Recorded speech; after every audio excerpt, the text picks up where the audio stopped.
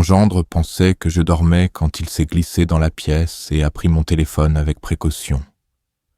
Ses doigts tremblaient, mais la curiosité était plus forte. Il cherchait des secrets, des saletés, la preuve de ma faiblesse. Je suis resté immobile, le laissant se sentir gagnant. Mais la seule photographie qu'il a trouvée s'est avérée être tout autre chose que ce à quoi il s'attendait. Cette image a marqué le début de l'effondrement, de sa confiance, de sa famille et de tout ce qu'il croyait le soutenir. Si cette histoire a touché votre âme, cliquez sur s'abonner et dites-moi dans les commentaires de quelle ville ou de quel pays vous m'écoutez. Je suis vraiment curieux de savoir d'où vous venez. Je m'appelle Raymond Keller. J'avais 74 ans la nuit où j'ai entendu le son qui a tout changé.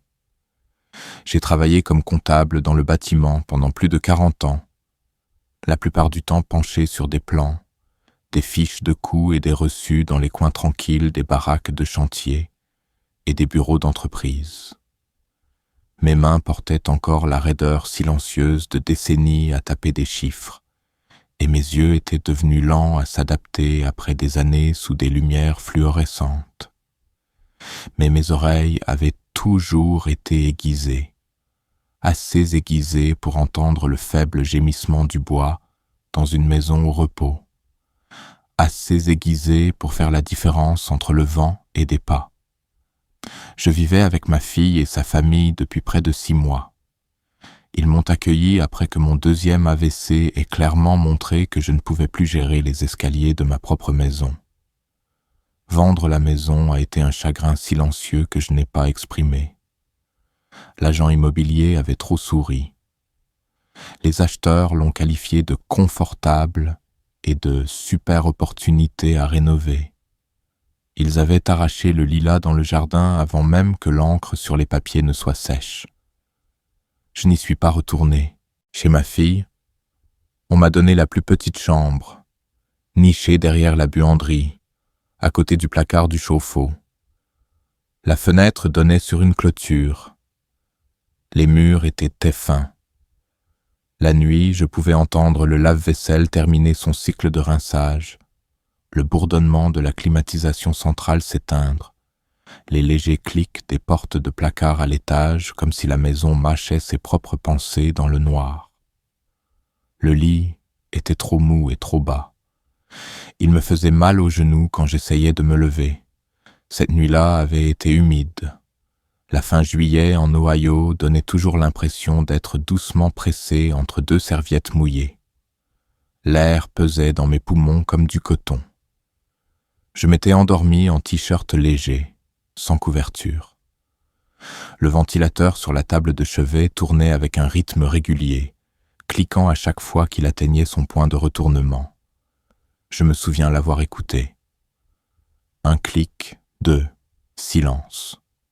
Un clic, 2, silence.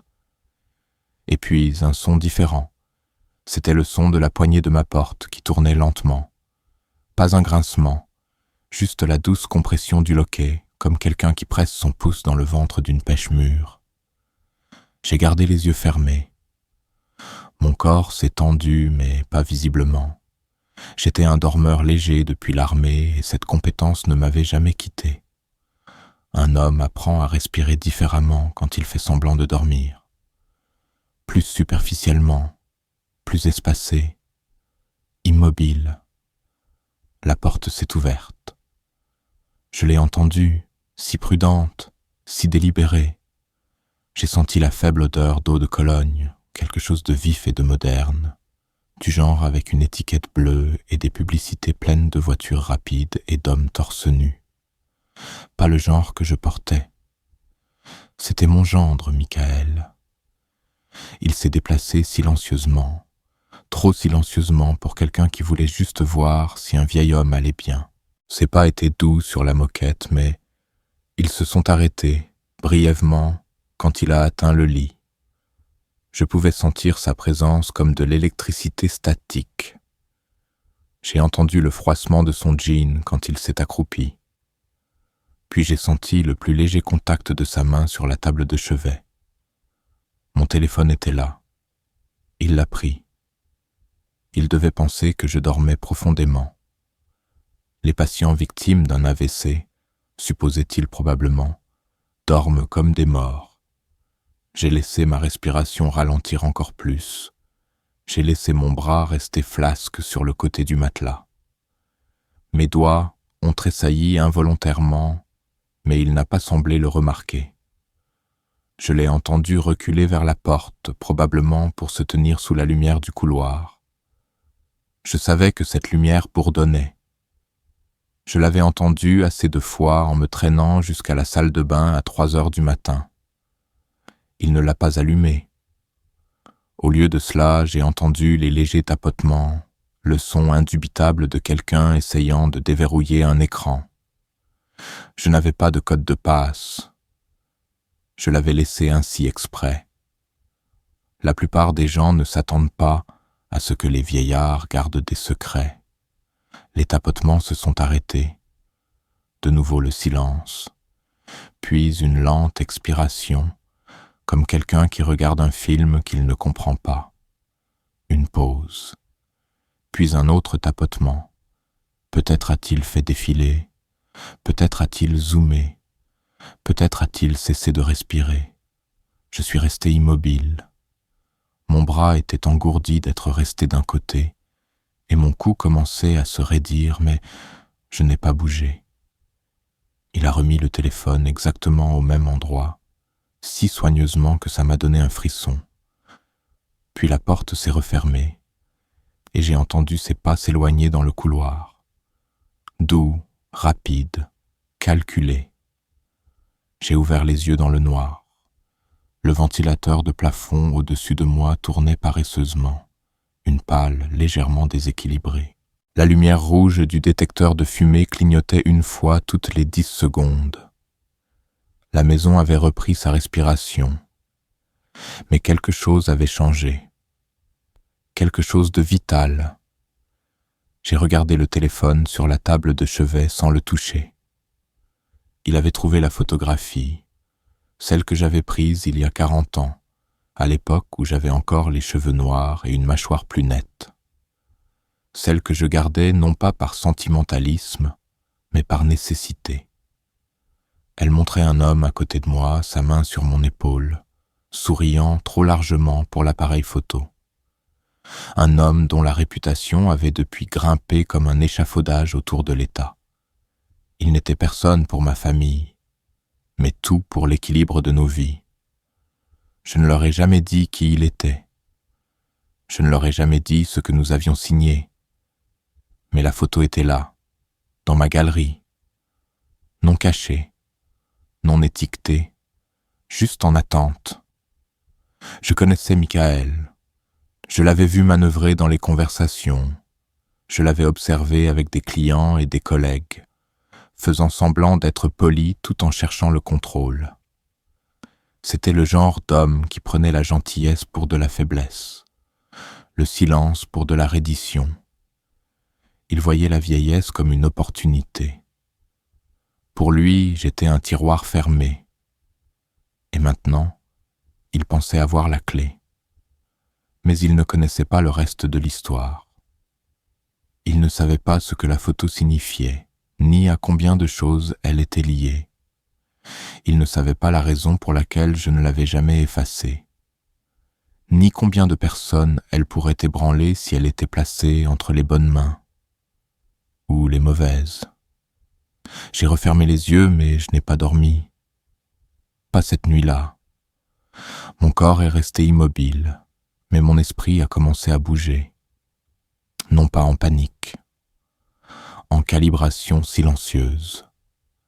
J'avais vécu assez longtemps pour comprendre que le contrôle n'était pas une question de parler plus fort ou de bouger plus vite. C'était de savoir ce que l'autre homme pensait savoir et de le laisser marcher droit dans sa propre histoire.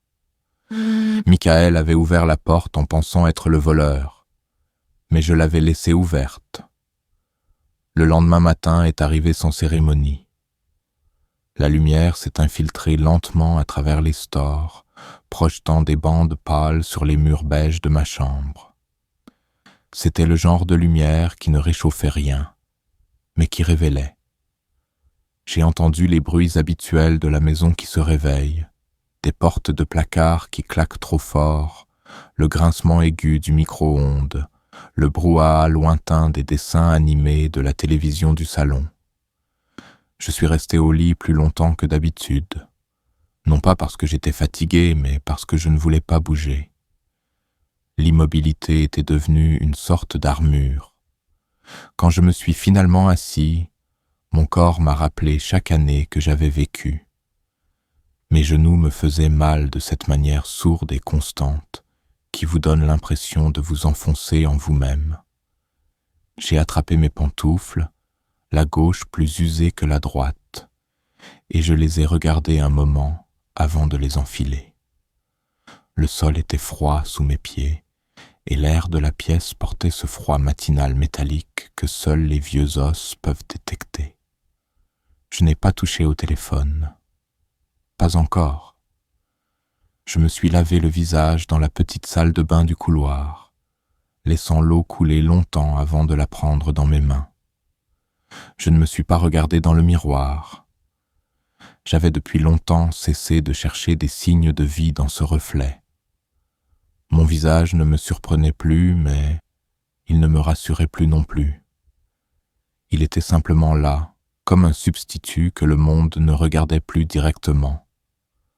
À la table du petit déjeuner, Michael était déjà assis, vêtu d'un polo impeccable, les cheveux humides de la douche. Il faisait défiler son téléphone distraitement, mais j'ai vu la façon dont ses yeux se sont tournés vers moi quand il pensait que je ne regardais pas. Ma fille, Janine, s'affairait avec le pain grillé et le bol de fruits. Elle ne s'est pas assise. Elle planait, comme elle le faisait souvent maintenant, comme quelqu'un qui anticipe toujours quelque chose qu'elle ne peut nommer. Je n'ai pas parlé. Lui non plus. Le silence a rempli l'espace entre nous, non pas comme un pont, mais comme un mur. C'était le genre de silence qui n'arrive pas simplement. Il est construit, brique par brique prudente, par des choix faits et des mots retenus. Je pouvais sentir sa suffisance sous le calme. Il avait l'expression d'un homme qui croyait avoir vu quelque chose qu'il n'aurait pas dû voir, mais qui était content de l'avoir fait. Cette confiance fragile, ce sentiment erroné de pouvoir. J'ai lentement levé mon café, tenant la tasse à 2 mains. La chaleur s'est infiltrée dans mes doigts, mais n'a rien fait pour le froid à l'intérieur. Le pain grillé était sec, la confiture trop sucrée. Mon appétit avait diminué depuis l'AVC, mais ce matin-là, il a complètement disparu. Pourtant, j'ai mâché, machinalement, jouant le rôle. Je n'ai pas levé les yeux. Je n'ai pas posé de questions. J'ai laissé le silence s'étirer jusqu'à ce qu'il touche les coins de la pièce. Janine a embrassé Michael sur la tête avant de partir emmener les enfants à l'école. Son sourire n'atteignait pas ses yeux. Elle n'a pas remarqué que je n'avais pas dit un mot. Ou peut-être que si, et a choisi de ne pas le faire. Une fois la porte refermée derrière elle, la pièce est devenue plus lourde. Michael s'est versé une autre tasse de café. Le raclement des pieds de la chaise contre le sol a résonné plus longtemps qu'il n'aurait dû. J'ai gardé le regard fixé sur la petite fenêtre au-dessus de l'évier, où l'érable du voisin se penchait légèrement vers notre jardin. Ses feuilles commençaient à brunir sur les bords. Il n'a rien dit. Moi non plus. Finalement, il est parti au travail. J'ai écouté le rythme de ses chaussures dans le couloir, le léger clic de ses clés de voiture, la façon dont le loquet de la porte s'est enclenché avant de se libérer. Le son du moteur qui s'éloignait n'était pas fort, mais il semblait final. J'étais de nouveau seul. Je suis retourné dans ma chambre et je me suis assis au bord du lit. Mon téléphone est resté sur la table de chevet où il l'avait laissé, légèrement incliné, l'écran sombre. Je l'ai pris. Son poids semblait différent. Il n'avait pas effacé la photo, il n'oserait pas, mais il l'avait vue. J'ai fait défiler la galerie, non pas pour vérifier s'il manquait des images, mais pour retracer l'histoire qu'il avait tissée dans son esprit. Il ne connaissait pas le contexte. Il n'avait que la forme de quelque chose de dangereux, pas la lame elle-même. C'est ce qui le rendait confiant, et c'est ce qui le rendait stupide. J'ai éteint le téléphone et je l'ai mis dans le tiroir.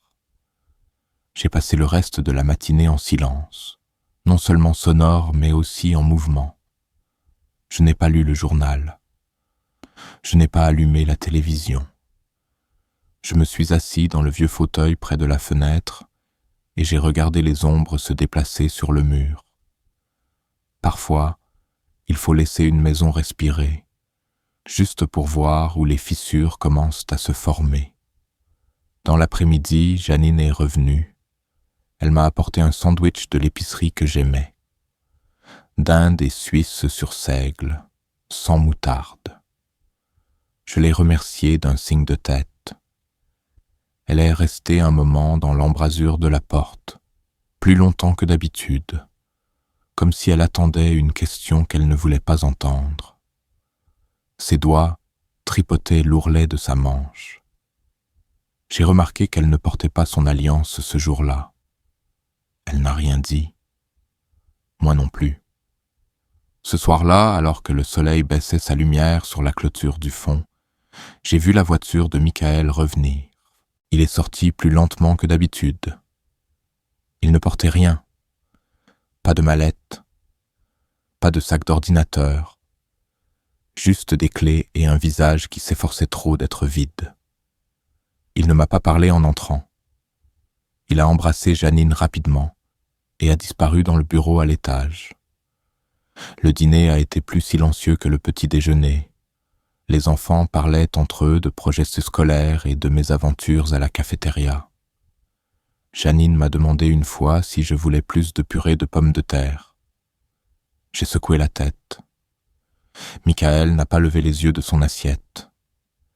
Il n'en avait pas besoin. Il pensait avoir déjà gagné. Après que la vaisselle a été débarrassée, je suis retourné dans ma chambre. J'ai verrouillé la porte. C'était une serrure fragile, plus symbolique que sûre, mais elle m'a donné un moment pour réfléchir. J'ai éteint la lampe et je me suis assis dans le noir, à l'écoute. La maison n'a pas grincé cette nuit-là. Elle a retenu son souffle comme si elle attendait. Ma propre respiration était stable. Mes pensées, non. Il y a un silence qui vit dans des maisons comme celle-ci. Non pas le silence du repos, mais le silence du calcul. Un silence qui s'enroule autour des bords des cadres et attend derrière les plis des rideaux. C'est dans ce silence que j'étais assis, le genre qui vous observe en retour. Michael était entré dans ma chambre comme un voleur, mais je l'avais laissé faire. Je lui avais donné l'appât, je l'avais laissé sans surveillance, déverrouillé. Je voulais voir quel genre d'homme il était quand il pensait que personne ne regardait. J'en avais vu assez.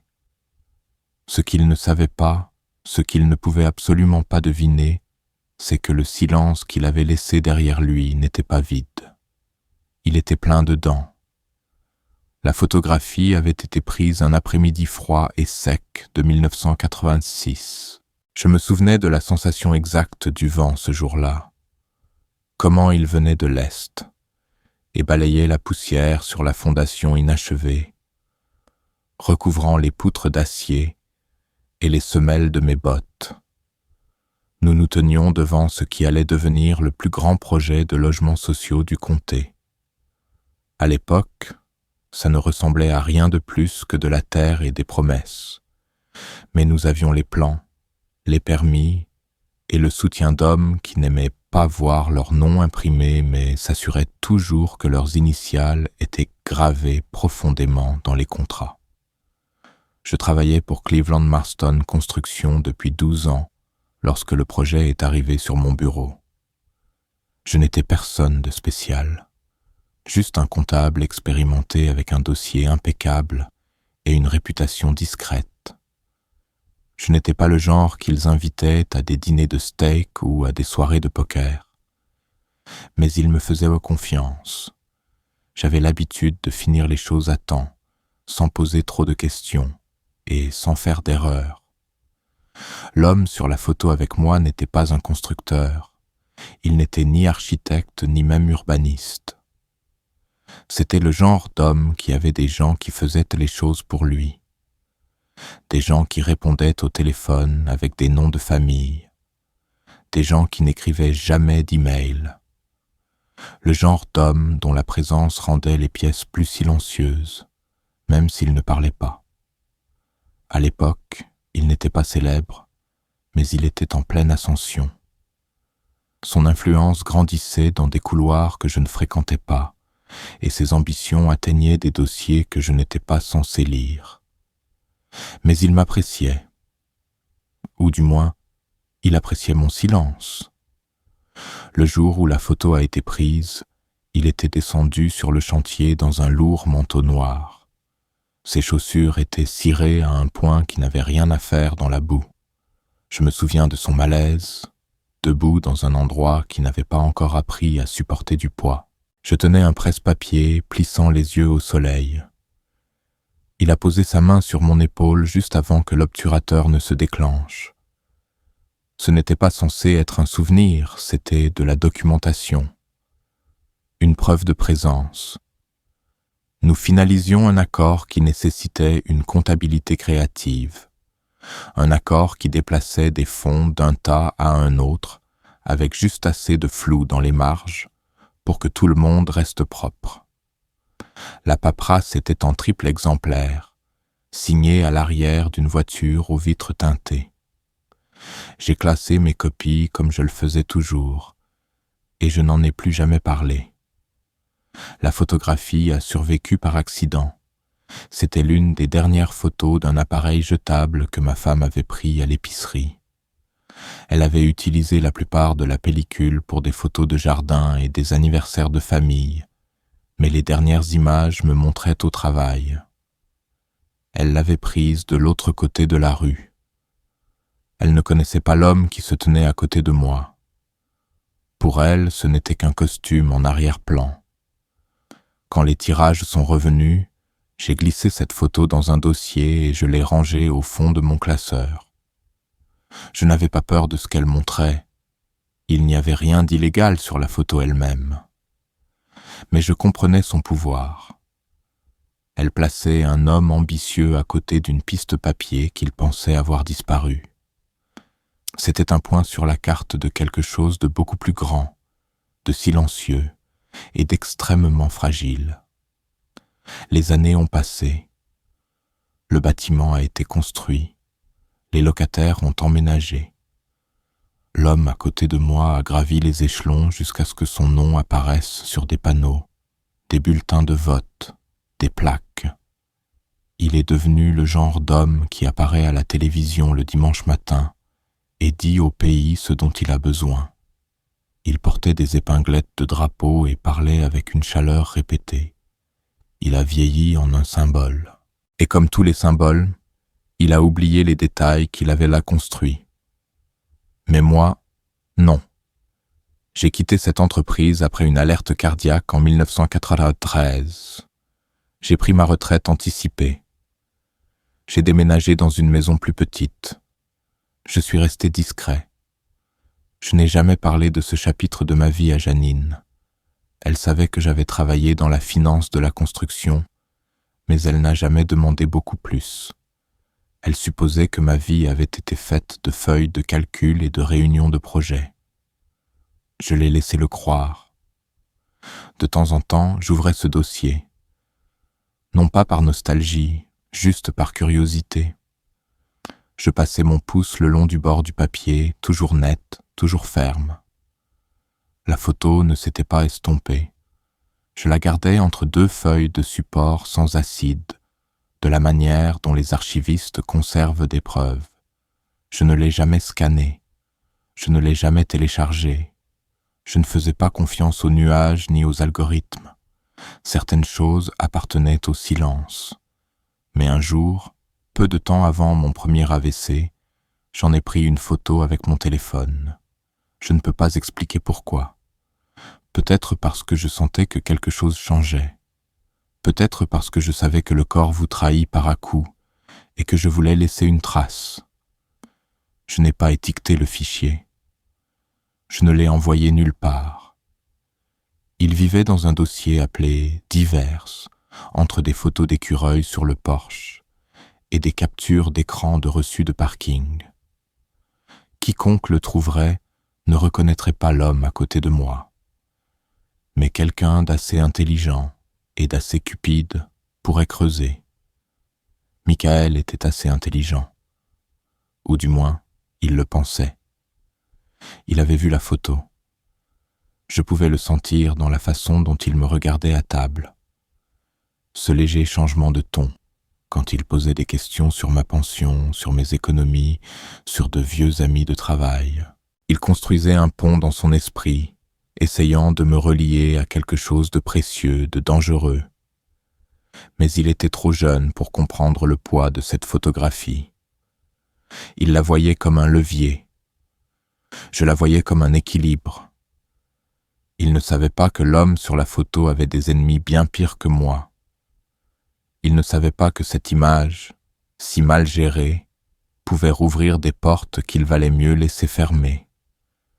Il ne savait pas combien de personnes avaient payé pour oublier. Je n'avais jamais montré la photo à Janine. Elle ne comprendrait pas. Elle croyait en l'équité, en les règles, en la vérité. Elle pensait que le monde fonctionnait comme ses manuels de ressources humaines. Elle a épousé Michael parce qu'il lui rappelait son père, du moins la version de moi qu'elle pensait connaître. Mais j'avais vécu trop longtemps dans les marges des chiffres pour croire aux lignes droites. La photographie n'était pas seulement du papier, c'était un symbole de pouvoir, de surveillance, de dette oubliée. Et maintenant, elle était de nouveau réveillée. Je ne l'ai pas supprimée de mon téléphone. Je ne l'ai pas déplacée. Je ne l'ai pas renommée. Je l'ai laissée là. Laissons-le se demander. Laissons-le imaginer. Laissons-le perdre le sommeil à cause des possibilités. Parce que parfois, la chose la plus dangereuse que vous puissiez donner à un homme n'est pas une preuve. C'est la suggestion que la preuve existe. Tout a commencé par de petites choses. Une hésitation dans le couloir, une pause avant une question, un regard qui a duré une demi-seconde de trop. J'ai commencé à le sentir le matin après que Michael a remis mon téléphone sur la table de chevet. Quelque chose dans la maison avait changé, quelque chose de subtil mais d'indubitable. La façon dont quelqu'un marche plus doucement après avoir cassé un verre. La façon dont l'air a un goût différent après avoir été observé. Le comportement de Michael n'a pas changé radicalement. Il partait toujours au travail à 8h05 tous les matins, portait toujours la même rotation de polos et de pantalons kaki. Il utilisait toujours cette eau de Cologne bon marché et chimique qui flottait dans l'escalier bien après son départ. Mais la façon dont il me regardait a changé. Non pas ouvertement, il n'était pas stupide, mais dans les fissures. Les regards rapides quand il pensait que je ne regardais pas. La légère tension dans sa voix quand j'entrais dans une pièce. Janine n'a rien remarqué. Elle ne le faisait jamais. Elle s'était habituée à vivre à côté de la tension. La plupart des gens le font si elle ne crie pas. Elle l'a embrassé sur la joue, a préparé les déjeuners des enfants et a rempli le lave-vaisselle en fredonnant des airs à moitié oubliés. Son monde était fait de schémas, prévisibles, gérables, répétables. Elle n'a pas remis en question le silence entre nous. Elle était trop occupée à essayer de tout maintenir avec des mains douces et de bonnes intentions. Je ne l'ai pas confrontée. Je n'avais rien à lui reprocher, pas encore. Mais l'odeur de la suspicion, une fois qu'elle est dans l'air, ne disparaît jamais vraiment. Elle s'infiltre dans les coussins, dans la nourriture, dans le goût du café le matin.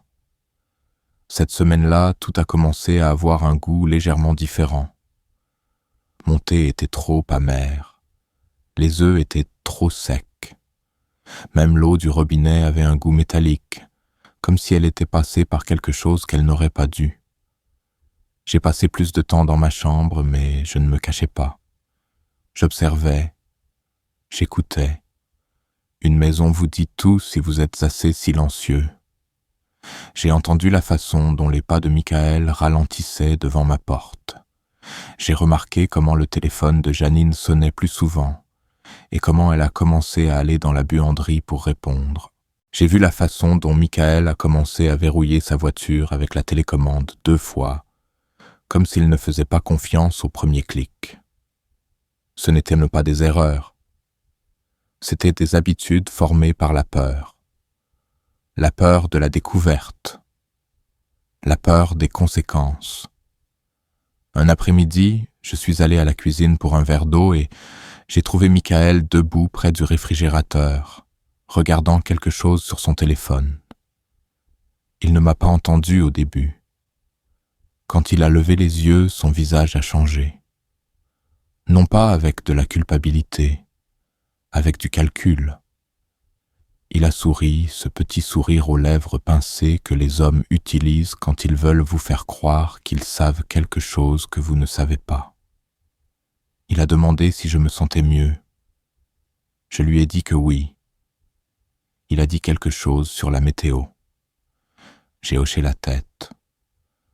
Nous sommes restés là un moment, 2 hommes faisant semblant de ne pas jouer aux échecs. Je suis retourné dans ma chambre et je me suis assis au bord du lit. Mes mains étaient froides.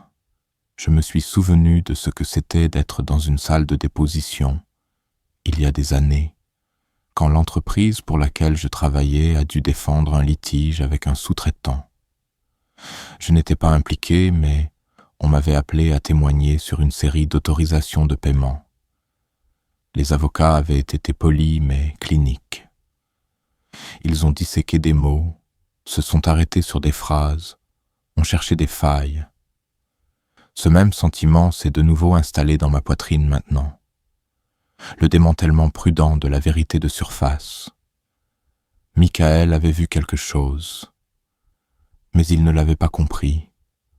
C'était mon seul avantage. Il avait l'image, mais pas l'histoire. Et dans un monde comme celui-ci, l'histoire est tout. Une photographie sans contexte est un fantôme. Elle peut hanter, mais elle ne peut pas tuer, à moins que quelqu'un ne lui donne un nom. Cette nuit-là, j'ai laissé la porte de la chambre ouverte d'1 pouce. Non pas large, juste assez. Je voulais voir s'il reviendrait. Il ne l'a pas fait. Mais je l'ai entendu passer 2 fois. Une fois vers minuit. Une fois à 3h17 du matin. J'ai vérifié l'horloge les 2 fois. Ses pas se sont arrêtés à chaque fois près de ma porte. Je pouvais presque entendre la guerre dans sa tête. Entrer ou reculer. Il a choisi la retraite. Pour l'instant. Le lendemain matin, mon téléphone avait bougé d'1/4 de pouce. Je l'ai mesuré avec mes yeux de la manière dont les hommes qui ont vécu seuls pendant des décennies apprennent à mesurer le monde. L'empreinte dans le tapis. La façon dont le câble du chargeur se courbait différemment. C'était subtil, mais c'était réel. Michael était revenu. Mais cette fois, j'avais changé le jeu. J'avais remplacé l'image. Non pas supprimé, non pas effacé, juste échangé. J'avais utilisé une vieille application de retouche photo pour remplacer le fichier par quelque chose d'inoffensif. Une photo de mon ancienne partie de pêche avec 2 de mes copains de lycée, prise par un étranger sur une jetée dans le Michigan. L'homme à côté de moi ressemblait vaguement à celui de l'image originale, mais le contexte avait disparu. Le bâtiment était un quai. Les papiers étaient une boîte à pêche. C'était du bruit, rien de plus. Si Michael retournait chercher l'image, il la trouverait neutralisée, confuse, inutile. Et s'il essayait de me confronter, il n'aurait rien. Seulement sa mémoire, défectueuse et incomplète. J'avais transformé le couteau dans sa main en caoutchouc. Ce jour-là, Janine a mentionné quelque chose d'étrange pendant le déjeuner. Elle a dit que Michael lui avait posé des questions sur mon plan de pension. S'il était toujours actif, si j'avais nommé un bénéficiaire. Elle pensait qu'il était prévenant, inquiet pour mon avenir. J'ai hoché la tête et j'ai dit que j'étais reconnaissant de son inquiétude. Mais dans ma tête, j'ai vu l'image complète. Michael planifiait quelque chose. Il ne voulait pas seulement savoir. Il voulait posséder, contrôler, utiliser. Il me voyait comme une ressource, une porte vers quelque chose de plus grand que lui. Et maintenant qu'il avait entrevu le passé, il pensait pouvoir le traverser sans conséquence. Il n'avait aucune idée de la profondeur de ce passé. J'ai commencé à fouiller dans mes vieilles boîtes cette nuit-là. Non pas les financières, les personnels, lettres, notes, reçus, noms écrits dans les marges de factures oubliées. J'avais gardé plus que je ne l'avais avoué, même à moi-même. Non pas par paranoïa, mais par habitude. Les comptables ne jettent rien, surtout pas les fantômes. J'ai dormi avec la porte verrouillée cette nuit-là. Non pas par peur, par intention. Laissons-le se demander ce que je savais. Laissons-le rêver de ce que je pourrais dire. La suspicion, j'avais appris, n'était pas une faiblesse. C'était un signal que la vérité tournait en rond. Les murs de cette maison n'avaient jamais été épais, mais il fut un temps où je croyais qu'ils contenaient des choses. De la chaleur, de l'intimité, de la confiance. Ils n'avaient pas été construits pour la grandeur, juste pour la fonction.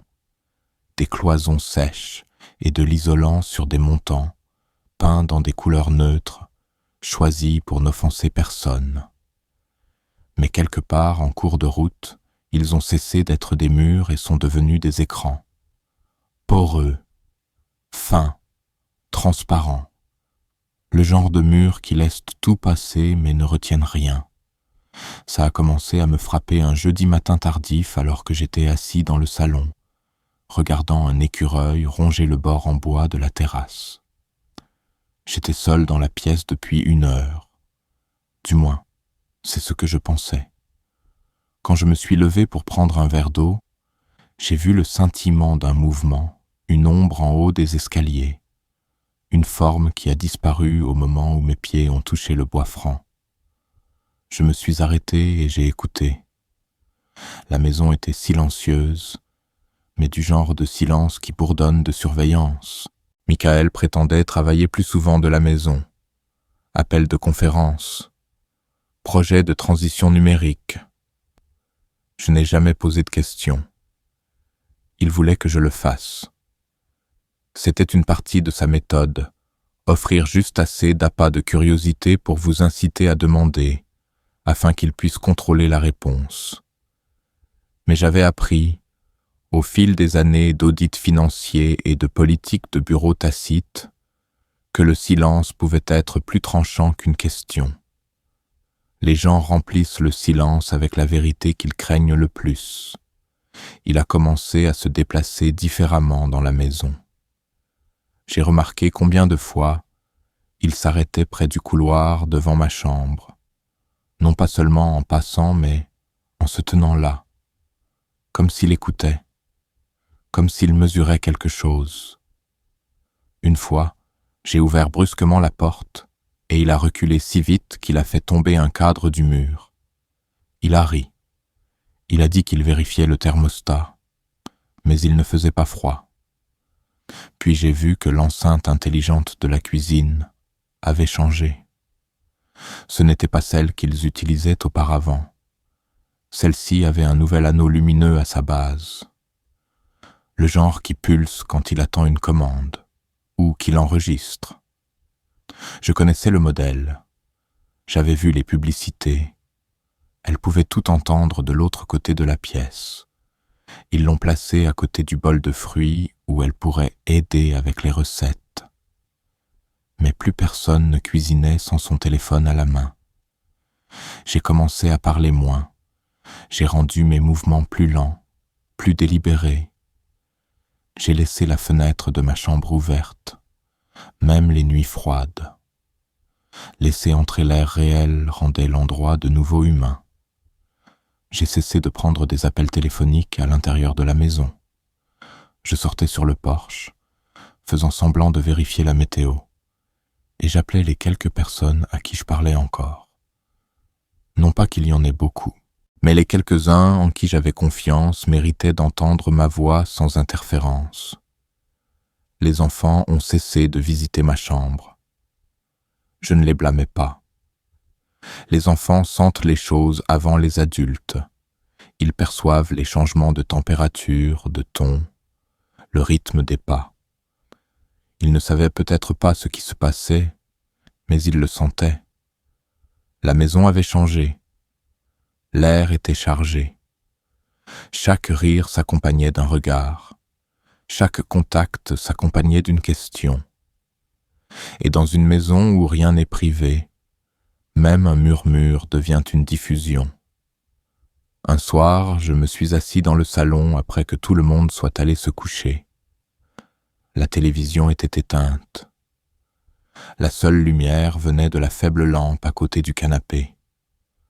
Je pouvais entendre le réfrigérateur bourdonner dans la cuisine, régulier et inconscient. Mais ensuite, j'ai remarqué quelque chose d'étrange. La lumière du couloir, qui était habituellement éteinte à 10 heures, était allumée. Je me suis levé lentement et je me suis dirigé vers elle. Au bout du couloir, près de la porte du bureau, la lueur d'un écran d'ordinateur se déversait sur le tapis. Michael était à l'intérieur. Il ne m'a pas vu. Il était assis au bureau, les yeux fixés sur l'écran. Je pouvais voir l'arrière de sa tête, la façon dont son cou se tendait. Sa main se déplaçait lentement sur la souris. L'écran affichait une série de dossiers. J'ai reconnu les noms de fichiers. C'étaient les miens, des sauvegardes d'une vieille clé USB que je pensais avoir effacée. J'avais laissé cette clé dans un tiroir de bureau il y a des années, oubliée sous des couches de vieilles enveloppes et de documents fiscaux. Il avait dû la trouver, ou peut-être qu'il avait toujours su qu'elle était là. Je me suis détourné sans faire de bruit. Je n'avais pas besoin d'en voir plus. J'en avais vu assez. Le lendemain matin, j'ai fouillé le bureau pendant qu'ils étaient insortis. Je n'ai pas ouvert de tiroir. Je n'ai pas touché à l'ordinateur. Je n'ai pas laissé de traces. Mais je me suis tenu là, silencieusement, et j'ai écouté le son que la maison faisait autour de moi. Les craquements, les bourdonnements, le petit cliquetis de l'enceinte intelligente recalibrant son microphone. Et à ce moment-là, c'est devenu clair pour moi. Cette maison n'appartenait plus à des gens. Elle appartenait à des signaux. Chaque pièce avait des yeux. Chaque couloir avait des oreilles. Il n'y avait plus de frontières, seulement des zones d'exposition qui se chevauchaient. Je ne vivais plus avec une famille. Je vivais à l'intérieur d'un système. Un système construit non pas sur l'amour, mais sur le contrôle. Janine n'était pas au courant, ou peut-être qu'elle choisissait de ne pas l'être. Quand j'ai essayé de parler de l'enceinte, elle a balayé ça d'un revers de main. Elle a dit que les enfants aimaient lui demander de la musique, qu'elle aidait pour les devoirs, que c'était juste de la technologie. Mais son sourire était fragile, et sa voix portait un calme répété que j'avais appris à me méfier. J'ai commencé à tester les murs. Je laissais des bouts de papier avec des phrases absurdes en évidence. Rendez-vous à 4 heures. Colis livré en avance. Détruire tous les reçus. Je les laissais dans la buanderie, dans la salle de bain, sous le coussin du canapé. Et puis j'attendais. Et je regardais. Certains ont disparu. D'autres sont réapparus dans des pièces différentes. Un mot, plié proprement, a fini dans mon tiroir à chaussettes, un endroit que je n'avais pas ouvert depuis 2 jours. C'est là que j'ai su. Quelqu'un était dans mon espace quand je n'étais pas là. Les murs n'écoutaient pas seulement, ils bougeaient, se réarrangeaient.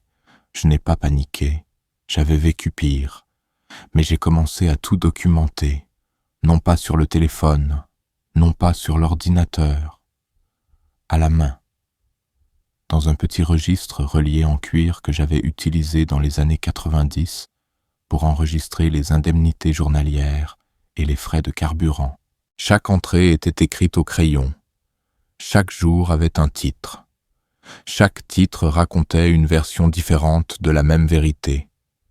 La maison n'avait pas de mur, et si je devais y survivre, je devrais construire les miens. Non pas avec du bois, non pas avec des cloisons sèches, mais avec quelque chose de bien plus difficile à franchir. La discrétion, le silence et le temps de me préparer, le temps de les laisser se sentir à l'aise, parce que les gens ne font des erreurs que lorsqu'ils pensent être en sécurité. Et Michael commençait à avoir l'air très, très en sécurité. Il y avait un poids à certains souvenirs qui ne diminuait jamais, peu importe le nombre d'années passées ou le nombre d'autres choses qui tentaient de les enterrer. J'ai senti ce poids s'abattre sur moi au moment où j'ai sorti le vieux classeur du fond du placard du couloir. C'était une chose noire et bon marché, du genre qu'on distribue dans les conférences, avec un dos cassé et des coins froissés. Janine avait un jour essayé de le jeter lors d'un nettoyage de printemps. Je lui avais dit qu'il contenait des documents médicaux dont je pourrais avoir besoin. Elle n'a pas demandé plus. Elle me faisait confiance. À l'intérieur de ce classeur se trouvaient des documents d'une époque de ma vie que je laissais rarement refaire surface. Des copies de contrats, des notes de projet, des notes manuscrites de personnes qui préféraient ne pas taper, des pages qui portaient les empreintes silencieuses du pouvoir, le genre qui ne s'annonce pas mais qui peut tirer des ficelles à distance. La plupart étaient anciennes, sans pertinence maintenant. Mais je ne cherchais pas la pertinence. Je cherchais des fils. Et je les ai trouvés. Enfouie entre 2 rapports budgétaires jaunis se trouvait une enveloppe délavée.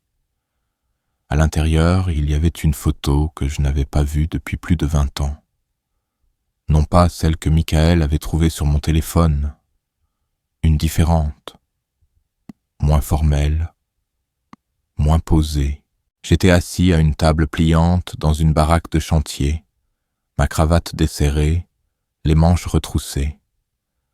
À côté de moi, le même homme de l'autre photographie, l'homme qui était depuis devenu un nom au niveau de l'État, riait de quelque chose que j'avais dit. Son visage était détendu, trop détendu pour quelqu'un avec autant à perdre. Sur la table se trouvait une pile de papier, à moitié signée, et une bouteille de bourbon que quelqu'un avait apportée pour fêter ça. La photo n'était pas accablante en soi, mais elle était réelle, et elle me rappelait que tout ce que j'avais vécu respirait encore quelque part. Je n'imaginais pas les enjeux, je n'étais pas paranoïaque, j'étais prudent. Après avoir remis le classeur à sa place, je me suis assis près de la fenêtre et j'ai regardé la rue. J'avais pris l'habitude de regarder les voitures tourner au coin, essayant de deviner qui appartenait au quartier et qui non. Il ne s'agissait pas de suspicion, il s'agissait de contrôle. Il m'en restait si peu dans mon corps. Regarder me donnait quelque chose à quoi m'accrocher. Plus tard ce soir-là, Michael est rentré plus tard que d'habitude. Sa voiture s'est garée lentement, comme s'il gagnait du temps avant d'entrer.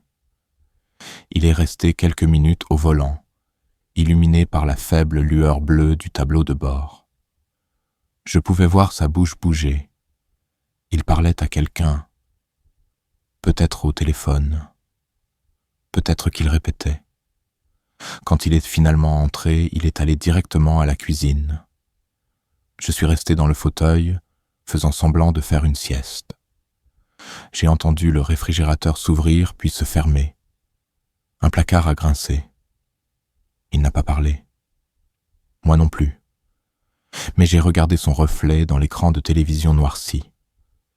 La façon dont il bougeait, l'angle de ses épaules. Il portait quelque chose, et ce n'était pas des courses. Cette nuit-là, j'ai placé la vieille photo dans un livre sur ma table de chevet. Non pas pour la mettre en sécurité, pour la proximité. Je la voulais près de moi. Je voulais que son poids soit près de moi quand je m'endormirais. Ce n'est pas la peur qui me tenait éveillé. C'était quelque chose de plus agité. Le sentiment d'être conduit au bord d'une falaise par quelqu'un qui pensait que je ne remarquerais pas la chute. Le lendemain, Janine a mentionné que Michael envisageait un changement de carrière. Consultant, a-t-elle dit, travail indépendant. Elle semblait satisfaite, espérant que cela lui donnerait plus de flexibilité. Mais j'ai entendu la tension dans sa voix, l'incertitude. Elle ne comprenait pas le changement soudain. Moi non plus. Mais j'avais mes soupçons. Consultant signifiait autonomie. Autonomie signifiait liberté. Et la liberté, entre les mains de Michael, signifiait danger. J'ai fait le tour du pâté de maison cet après-midi-là. Ma canne traînait légèrement derrière moi, l'embout en caoutchouc usé. Le soleil était sorti, mais la lumière était pâle, et le vent se déplaçait comme s'il avait un endroit où être. En passant devant chaque maison, j'ai regardé la façon dont les rideaux bougeaient, la façon dont les lumières du porche s'allumaient automatiquement. Le monde était devenu plein d'yeux, la plupart numériques. Mais certains yeux étaient encore humains. Un homme au coin m'a fait un signe de tête. J'ai répondu de même. Nous n'avons pas parlé. Nous ne l'avions jamais fait. Mais il remarquait toujours quand je passais. Ce genre de remarque comptait. Quand je suis rentré, j'ai vu quelque chose de nouveau. Michael avait installé un détecteur de mouvement dans le couloir. Il n'en avait pas parlé. Je n'avais rien entendu à ce sujet. Mais il était là, monté discrètement au-dessus des porte-manteaux, incliné vers le bas, du genre qui enregistre les mouvements, envoie des notifications.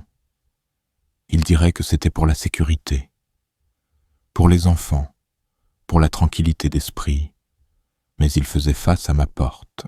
Ce soir-là, j'ai tourné les pages de mon vieux carnet et j'ai trouvé une ligne que j'avais écrite en 1987 lors d'un projet difficile. Ne sous-estimez jamais l'homme qui sourit pendant les négociations. Il a déjà calculé votre sortie. Je l'ai de nouveau souligné 36 ans plus tard. J'ai passé la majeure partie de cette nuit éveillé à écouter. J'ai écouté la façon dont le fauteuil de Michael grinçait dans le bureau à l'étage. La façon dont ses pas allaient et venaient comme un pendule. J'ai écouté le silence qui survient lorsque quelqu'un lit quelque chose qu'il ne devrait pas, lorsque les mots sur un écran ou une page lui coupent le souffle. Je ne l'ai pas entendu, mais je l'ai senti, comme une ondulation à travers les cloisons sèches. À 2h23 du matin, je me suis levé et je suis allé à la cuisine. Je n'avais pas besoin d'eau, je n'avais pas besoin de nourriture, j'avais besoin de sentir le sol sous mes pieds, pour me rappeler que j'occupais toujours de l'espace dans cette maison, pas seulement de l'air. En passant devant le miroir du couloir, j'ai aperçu mon propre reflet et je me suis arrêté. J'avais l'air plus vieux que je ne me souvenais, plus fragile. Mais il y avait quelque chose dans mes yeux que je n'avais pas vu depuis longtemps, de la concentration. Je me suis regardé un long moment, puis je me suis détourné. En me dirigeant vers ma chambre, j'ai senti quelque chose derrière moi. Non pas un son, non pas une présence, juste une certitude. Je ne me suis pas retourné immédiatement. J'ai fait un pas de plus, puis un autre. Et puis je me suis arrêté. J'ai regardé par-dessus mon épaule. Michael se tenait en haut des escaliers, dans le noir, observant. Il n'a pas dit un mot. Moi non plus. Je me suis retourné et je suis entré dans ma chambre, fermant la porte derrière moi, avec un calme délibéré. Je me suis assis sur le bord du lit et j'ai laissé mon pouls se calmer. Le silence dans la maison était assourdissant, mais en dessous, quelque chose s'était enfin fissuré.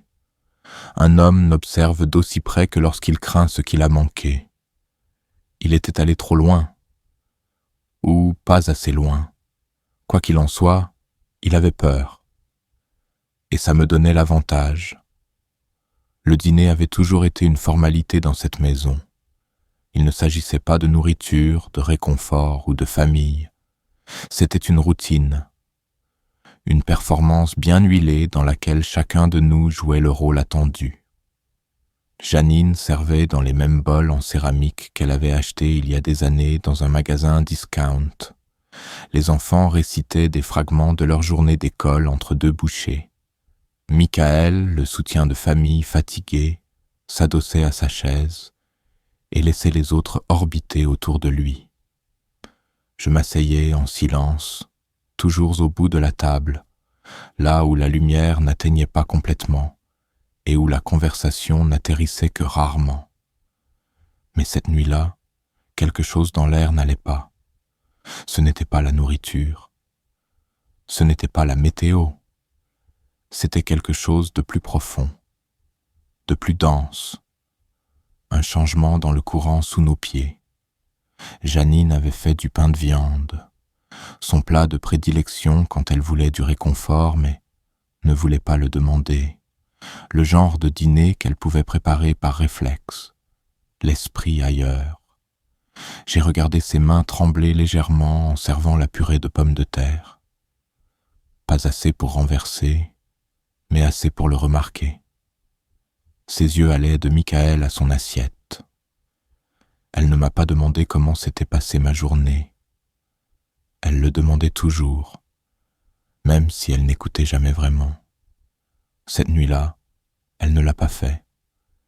Michael, en revanche, était trop immobile. Il ne tripotait pas son téléphone. Il ne regardait pas sa montre. Il ne se penchait pas pour dire quelque chose aux enfants. Il était adossé, sa fourchette se déplaçant à un rythme paresseux, mangeant comme un homme qui joue la montre. Il n'y avait pas de bruit de fond. La télévision était éteinte. L'enceinte de la cuisine était débranchée. Même le chien d'à côté, habituellement une constante de nos soirées, était silencieux.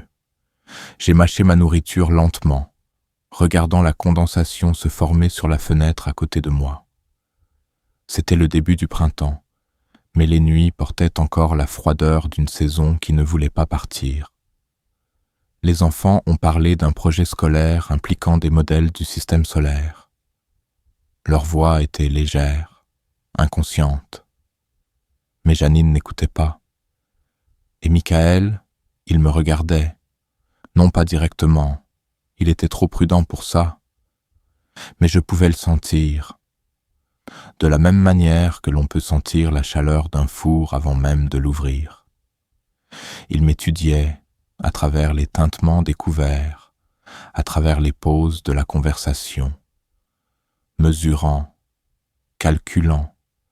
J'avais passé la majeure partie de la journée à examiner des documents que je n'avais pas touchés depuis des décennies, des noms que je n'avais pas prononcés à voix haute depuis plus de 20 ans, des événements qui avaient se glissé derrière le voile de l'histoire sans importance dans mon esprit jusqu'à maintenant.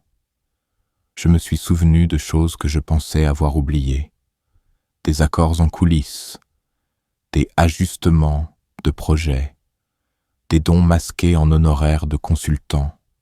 J'ai vu à quel point une grande partie de cela était encore dangereuse, non pas parce que c'était illégal, mais parce que c'était tacite. parce que ça vivait dans les marges, où des gens comme Michael rôdaient maintenant. Il a bu une gorgée d'eau, puis a reposé le verre trop doucement. C'est là que je l'ai remarqué. Sa main gauche avait un tremblement, à peine perceptible. Mais il n'était pas là avant. J'ai continué à manger, lentement, méthodiquement. Et puis il a dit mon nom, Raymond. C'était désinvolte, juste une amorce, un signal qu'il voulait parler. Mais pas ici, pas maintenant, juste plus tard. J'ai hoché la tête une fois et j'ai continué à manger. J'ai senti Janine me regarder de l'autre côté de la table. Ses yeux étaient fatigués, mais il y avait autre chose, une lueur d'inquiétude, ou peut-être de reconnaissance. Elle a excusé les enfants après le dessert. Ils sont montés en courant, le tonnerre de petits pieds sur le tapis résonnant à travers les eaux de la maison. Michael s'est versé un deuxième verre de vin. Il ne buvait généralement pas pendant la semaine. Il m'a offert la bouteille. J'ai refusé d'un petit signe de tête. Puis il a commencé à parler. Ce n'était pas une conversation. C'était une performance. Il a raconté l'histoire d'un homme avec qui il avait travaillé. Un client qui avait beaucoup de bagages, qui s'accrochait à de vieux dossiers et qui a fini par se tromper. Il a souri en le disant, comme s'il partageait une anecdote inoffensive. Mais j'ai entendu les pics entre les mots, l'avertissement déguisé en fable. J'ai écouté. J'ai gardé le visage impassible. Il a continué. Une autre histoire, celle-ci sur l'opportunité et le timing. Il a dit le mot héritage 3 fois. Il a dit confiance 2 fois. Il n'a jamais dit menace, mais je l'ai entendu haut et fort. Janine a débarrassé la table en silence. Ses mouvements étaient rapides, nerveux.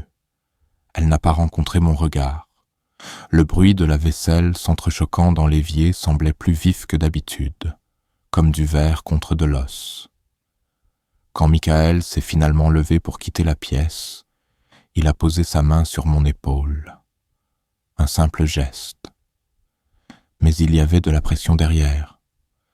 Pas assez pour faire mal, juste assez pour s'affirmer. Je n'ai pas bougé. J'ai laissé reposer un instant, puis j'ai lentement tourné la tête et je l'ai regardé. Je n'ai pas parlé. Lui non plus.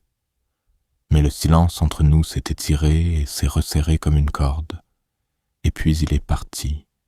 Janine s'est rassise en face de moi. Elle avait l'air plus âgée que je ne me souvenais. Ses yeux étaient cernés d'inquiétude et ses lèvres tremblaient légèrement. Elle a ouvert la bouche pour dire quelque chose, mais a changé d'avis. Elle s'est de nouveau levée et a suivi son mari à l'étage. Je suis resté à la table. La lumière du lustre bourdonnait faiblement. Une ampoule avait commencé à vaciller. J'ai pris le verre de vin qu'il avait laissé. Je l'ai légèrement tourné. Sur la base, il y avait une trace de quelque chose, de la graisse ou de l'encre, je ne pouvais pas le dire. Je l'ai essuyé avec la manche de ma chemise. Je suis resté assis là bien après que la maison soit devenue silencieuse. J'ai de nouveau pensé à la photographie.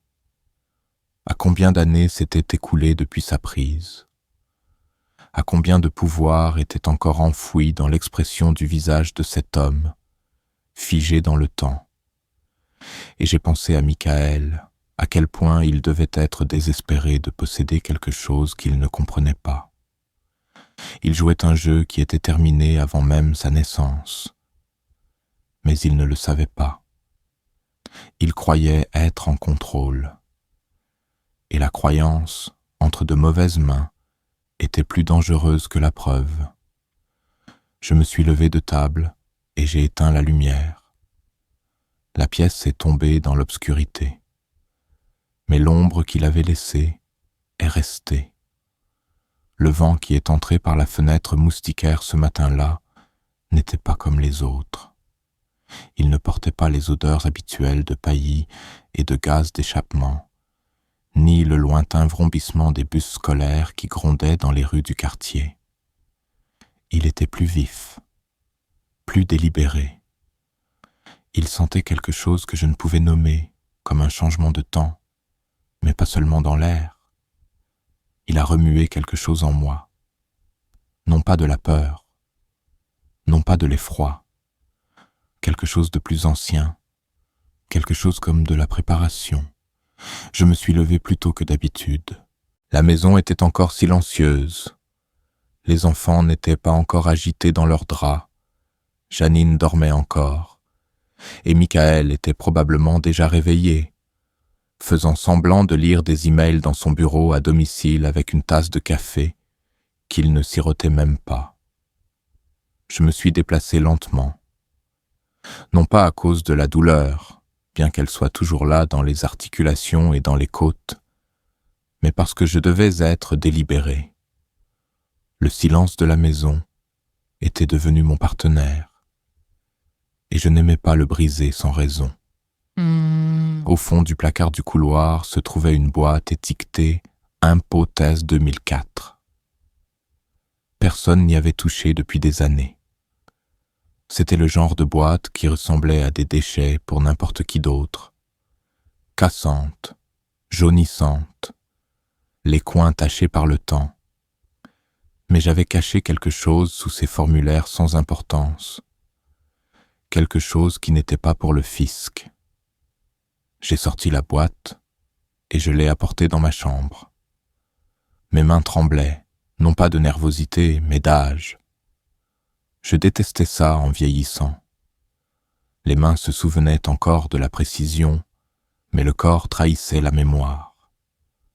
À l'intérieur de la boîte, sous des couches de papier que j'avais empilées avec un but, se trouvait une enveloppe manille.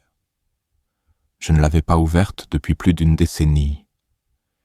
Il y avait des documents à l'intérieur, des originaux, le genre de papier qui ne passe jamais par email, des signatures, des tampons, des accords, et 2 photos, non pas seulement celles que Michael avait vues. L'une me montrait sur un autre site, un projet hospitalier plus petit que le projet de logement mais lié au même groupe. Je me tenais entre 2 hommes, l'un un entrepreneur qui a plus tard fui le pays, l'autre un inspecteur d'État qui avait, pendant quelques années, pris pas mal de poids avant de démissionner brusquement et de disparaître de la scène publique. Je n'avais pas pensé à eux depuis des années. Je ne me souvenais même pas pourquoi j'avais gardé la photo. Mais maintenant, tout me revenait. L'autre photographie était plus petite. Juste une prise de vue d'angle prise à travers une fenêtre. Elle montrait une main échangeant une enveloppe. Je n'étais pas sur celle-ci. Mais je l'avais prise. De l'intérieur d'une caravane, à travers la vitre poussiéreuse. J'avais l'intention de la détruire. Mais je ne l'avais pas fait. Quelque chose en moi, même à l'époque, voulait garder une preuve, non pas pour blesser qui que ce soit, mais pour ancrer la vérité à quelque chose de physique. Michael ne savait pas que celle-ci existait.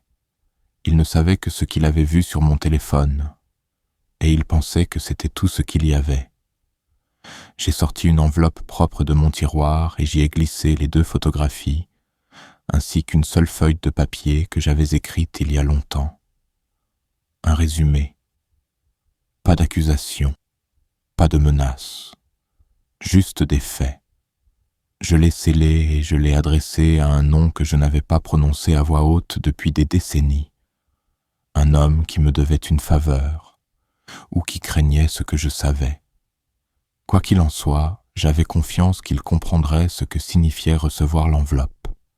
Après le petit déjeuner, quand Michael est monté pour passer ses appels, et que Janine a emmené les enfants à une fête d'anniversaire, j'ai marché jusqu'au bout du pâté de maison, et j'ai déposé l'enveloppe dans la boîte de collecte bleue de l'USPS. Le son qu'elle a fait en atterrissant était plus doux que je ne l'attendais, mais il a résonné en moi comme une cloche, Quand je suis rentré, Michael était dans la cuisine. Il a levé les yeux, surpris. Il m'a demandé où j'étais allé. Je lui ai dit que j'étais allé me promener, rien de plus. Il a souri, un sourire serré, artificiel. Il essayait de me lire, et je l'ai laissé faire. Ce jour-là, j'ai commencé à déplacer des choses. Non pas des meubles, non pas des boîtes, ma trace numérique. J'ai commencé par effacer l'historique de navigation de mon téléphone. Puis j'ai supprimé toutes les photos, chaque capture d'écran, chaque capture accidentelle, chaque fragment de tout ce qui n'avait rien à y faire. J'ai sauvegardé ce dont j'avais besoin sur une clé USB, je l'ai crypté, et je l'ai placé à l'intérieur d'un dictionnaire évidé sur ma bibliothèque. Je me suis assuré que le motif de poussière sur le dessus restait intact. J'ai changé l'écran de verrouillage de mon téléphone pour une citation que seule une autre personne reconnaîtrait. Une citation d'une lettre que ma défunte femme m'avait écrite un jour, lors d'un voyage d'affaires. Certains vents ne cassent pas les arbres, ils leur apprennent à se pencher. Je ne cassais pas. J'apprenais à me pencher. Cet après-midi-là, le ton de Michael a changé. Il est devenu plus généreux, il a proposé de me conduire à la banque. Il a demandé si j'avais besoin de quelque chose de la pharmacie. Il m'a apporté une nouvelle couverture pour le fauteuil. Je l'ai remercié. J'ai souri. Je l'ai laissé croire que ça marchait. Il avait goûté à ce qu'il pensait être le contrôle, et il ajustait sa prise. Mais il ne réalisait pas ce que le contrôle signifiait réellement. Il pensait que c'était de la domination, de la pression, de l'accès. Mais le vrai contrôle ne s'annonce pas. Il attend, il observe, et il n'agit que lorsque le moment n'est plus une supposition, c'est de l'instinct. Le soir, une tempête est arrivée. Le ciel a pris cette nuance particulière de jaune-gris qui m'a toujours mis mal à l'aise, comme la couleur de vieilles échymoses. Le vent s'est levé. Des branches ont frappé contre les fenêtres. Le courant a vacillé une fois, puis s'est stabilisé. Michael s'est versé un verre, un scotch, sec. Il m'a demandé si j'en voulais un. J'ai dit non. Nous nous sommes assis dans le salon sans parler. Le vent à l'extérieur est devenu plus fort. Ce n'était pas une tempête dangereuse, mais c'était assez pour faire craquer la maison. Je me suis demandé si les murs se souvenaient des secrets qu'ils contenaient, des conversations murmurées dans les cuisines, de la violence silencieuse du pouvoir mal compris. Michael m'a alors regardé, vraiment regardé, comme pour décider si j'étais toujours le vieil homme dans la chambre du fond ou quelque chose de complètement différent. Je n'ai pas scié. Je n'ai pas rompu le contact visuel. J'ai laissé le moment s'étirer jusqu'à ce qu'il se détourne. Plus tard cette nuit-là, je me suis couché et j'ai écouté le vent se déplacer dans les conduits. Il avait un rythme, comme une respiration, comme un avertissement, ou peut-être une promesse. Je savais que l'enveloppe atteindrait sa destination dans 2 jours. Et d'ici là, plus rien dans cette maison ne serait pareil. Le vent n'était plus seulement à l'extérieur, il se déplaçait à travers tout. C'est un mardi que j'ai remarqué la première vraie fissure, non pas bruyante, non pas du genre à fendre les murs ou à briser les voies, mais une fissure capillaire, si fine et si précise qu'elle serait passée inaperçue de quiconque n'aurait pas étudié la surface aussi longtemps que moi. Le genre de fissure qui ne vient pas d'un impact, mais de la pression, silencieuse, soutenue et ignorée. La matinée a commencé avec les bruits ordinaires, le léger claquement des portes de placard, le bruit de l'eau dans les tuyaux de l'étage, le faible bip du micro-ondes. Les enfants étaient déjà à l'école. Janine était allée à l'épicerie. Michael travaillait de nouveau de la maison. ce qui semblait maintenant signifier faire les 100 pas d'une pièce à l'autre, avec un téléphone collé en permanence à son oreille, murmurant des demi-phrases et des mots à la mode vides de sens. J'étais dans le salon, faisant semblant de lire le journal. Les nouvelles avaient depuis longtemps cessé de m'intéresser. C'était le même cycle sous des vêtements différents. Indignation, distraction, silence. Ce que je faisais vraiment, c'était observer. Le reflet dans la vitre de la cheminée me disait tout ce dont j'avais besoin. J'ai vu Michael s'arrêter dans le couloir, tourner la tête vers le bureau, puis rebrousser chemin. Il se déplaçait comme un homme cherchant quelque chose, mais essayant de ne pas en avoir l'air. Il cherchait. Je ne savais pas quoi, exactement. Un fichier, une clé USB, un indice. Quoi qu'il pense que j'ai caché, il ne l'avait pas trouvé. Pas encore. Vers midi, Janine est rentrée. Je l'ai entendue laisser tomber ses clés sur le comptoir, les sacs de course bruissants. Je me suis levé pour l'aider, même si je n'en avais pas besoin. Je voulais être dans la cuisine quand il parlerait. Je voulais écouter. Elle m'a remercié silencieusement et a commencé à déballer. Michael est entré un moment plus tard, le téléphone toujours à la main, mais il s'est arrêté quand il m'a vu. Son expression a vacillé une demi-seconde, de l'agacement peut-être, ou de la déception. Il voulait que je parte. Ça, je le savais. Mais je commençais à soupçonner qu'il voulait plus que mon absence. Il voulait mon silence, et pas seulement au sens littéral. Janine a sorti un reçu d'un des sacs, a froncé les sourcils, puis a jeté un coup d'œil à Michael. Elle lui a demandé pourquoi un débit était apparu sur leur carte commune d'un magasin de fournitures de bureau qu'elle ne reconnaissait pas. Il a balayé ça d'un revers de main, a dit que c'était pour le travail. Quelque chose à propos de matériel client.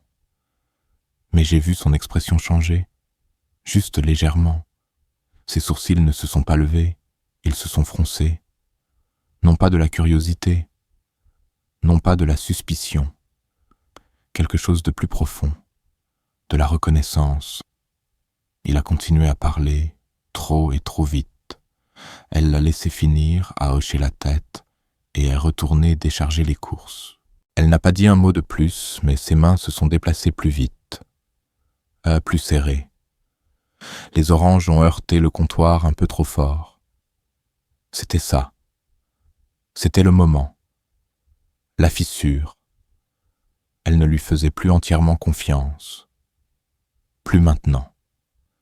Je suis resté dans la cuisine plus longtemps que nécessaire, essuyant la table déjà propre, réarrangeant les sets de table, me versant un autre verre d'eau. Aucun des deux ne m'a demandé de partir, mais je savais que j'étais observé. Plus tard cet après-midi-là, Janine est venue dans ma chambre.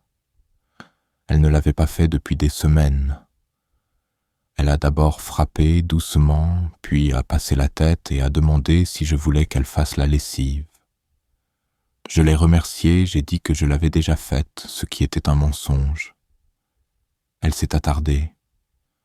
Ses yeux ont parcouru la pièce, s'arrêtant brièvement sur la bibliothèque où j'avais retourné le dictionnaire évidé. Elle n'a rien demandé, mais ses yeux sont restés trop longtemps. Quand elle est partie, je me suis assis et j'ai regardé le sol. Je me suis demandé à quel point elle avait remarqué. Si elle avait vu Michael vérifier ma chambre, si elle l'avait suivi une fois, si elle avait lu quelque chose qu'elle n'était pas censée lire. Ce n'était pas le genre de femme à confronter quelqu'un directement.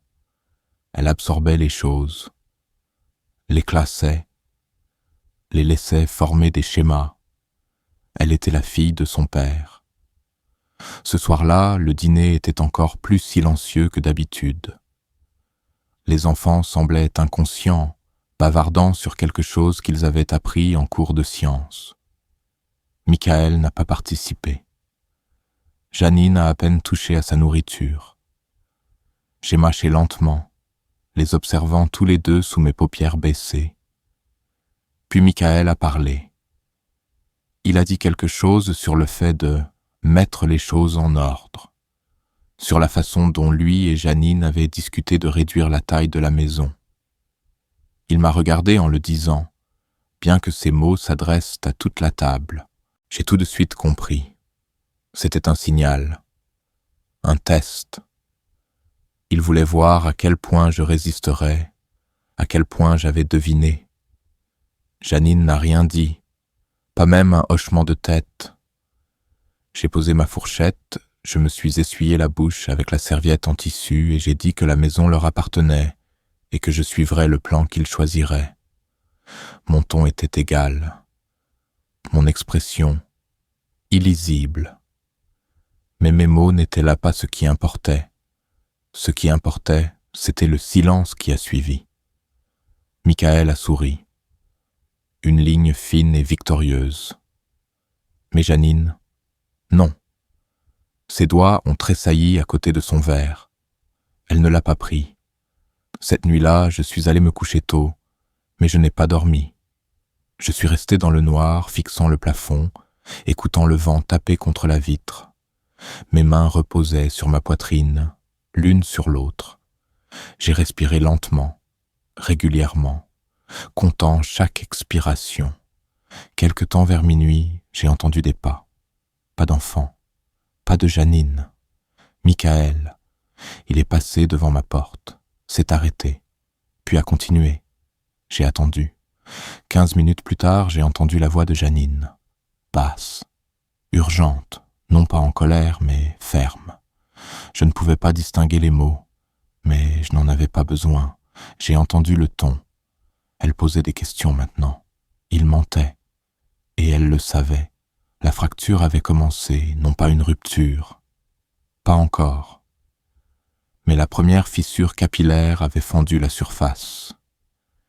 Et rien ne se propage plus vite que le doute. J'avais passé une grande partie de ma vie à regarder d'autres hommes détenir le pouvoir. Le vrai pouvoir. Non pas le genre bruyant que les politiciens brandissent comme des marteaux, ou le genre doux chuchoté à huis clos, mais le genre qui tient parfaitement dans une main, ni lourd ni léger, mais solide, connu et absolument inébranlable. Le genre de pouvoir qui ne vient pas de la possession de quelque chose, mais de savoir exactement quand révéler qu'on le possède. Ce matin-là, j'ai décidé qu'il était temps de laisser Michael voir son reflet. J'ai commencé la journée comme je le faisais toujours, tranquillement. Je me suis assis près de la fenêtre et j'ai écouté le quartier se réveiller. Le camion de livraison qui toussait en reculant dans l'impasse. Le lointain bourdonnement des tondeuses à gazon.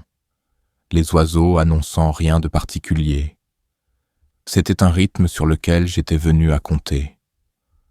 Pendant que le monde bougeait en boucle, je bougeais en ligne. À 7h32, j'ai glissé l'enveloppe sous la porte de son bureau. Il n'y avait pas de mots. Juste la photographie, la vraie, et une copie de la lettre que j'avais écrite il y a des années. Non pas une menace, non pas une accusation, juste un souvenir à l'encre signé et daté d'une écriture soignée, avec des noms qui signifiaient encore quelque chose. Je voulais voir ce qu'il en ferait, s'il la brûlerait, la nierait, ou essaierait de l'utiliser. Peu importait. Ce qui importait, c'était ce qu'elle lui montrerait, non pas sur moi, sur lui-même. 1 heure s'est écoulée avant que j'entende le grincement de la porte qui s'ouvre. Je suis resté dans mon fauteuil. Je n'ai pas regardé. Je n'en avais pas besoin. Le son du papier glissant sur le sol. Le silence qui a suivi. Un homme apprenant qu'il n'est pas le seul à avoir des yeux.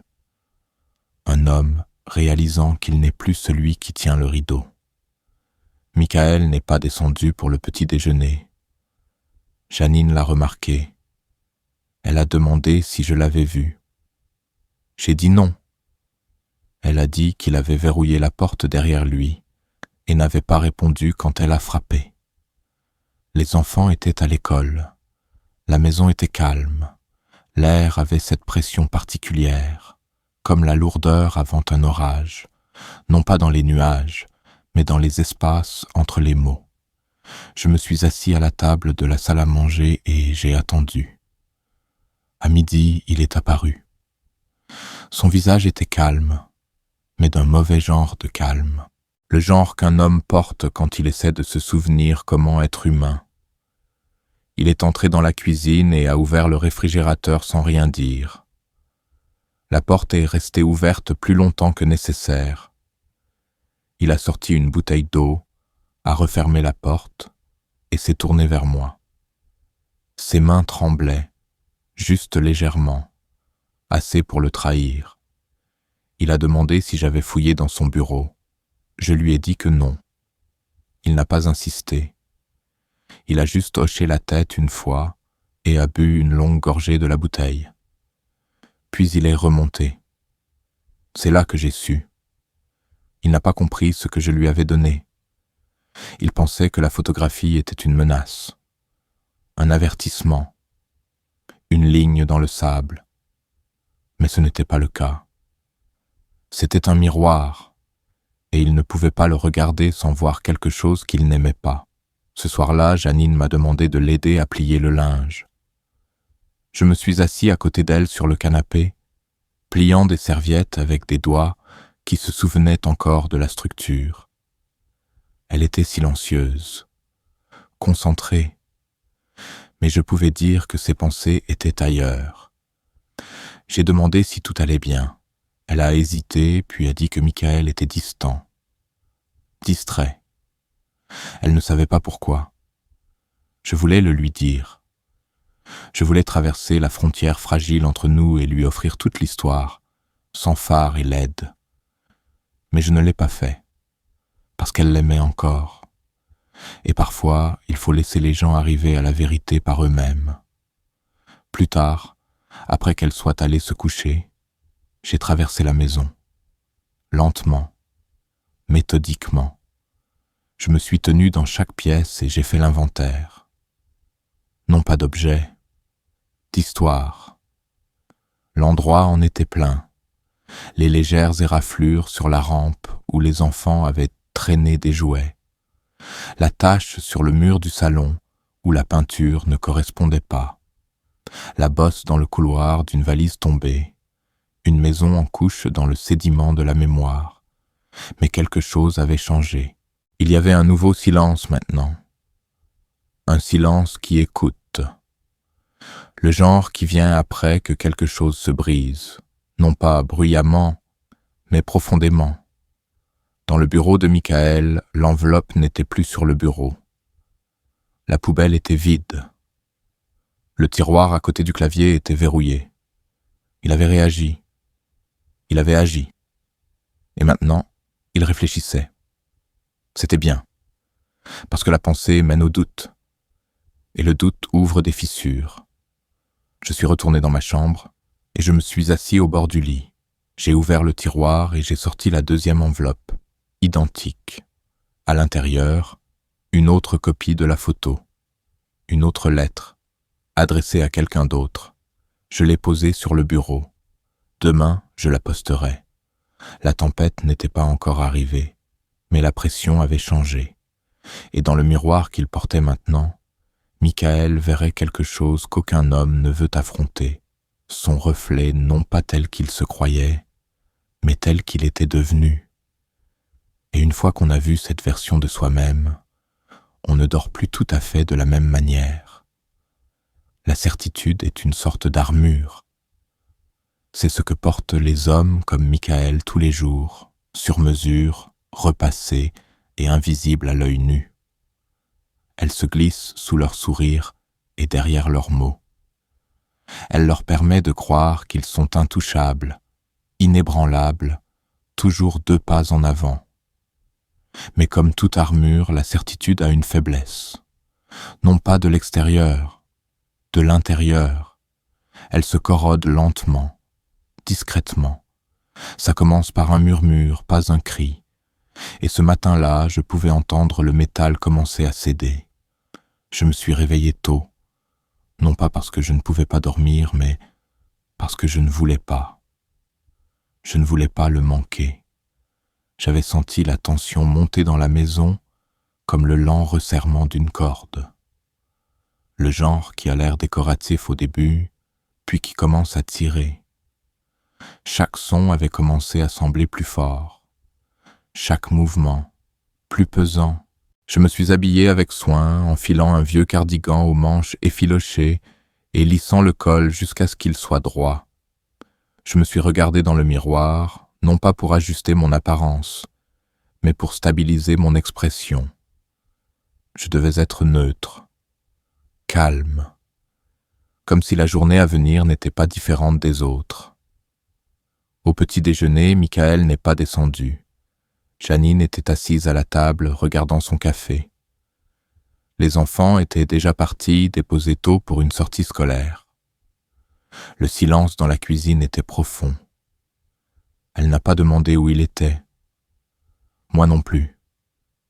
J'ai attendu qu'elle parte faire des courses, une vague excuse à propos de papier d'imprimante et de savon à vaisselle, puis je suis monté.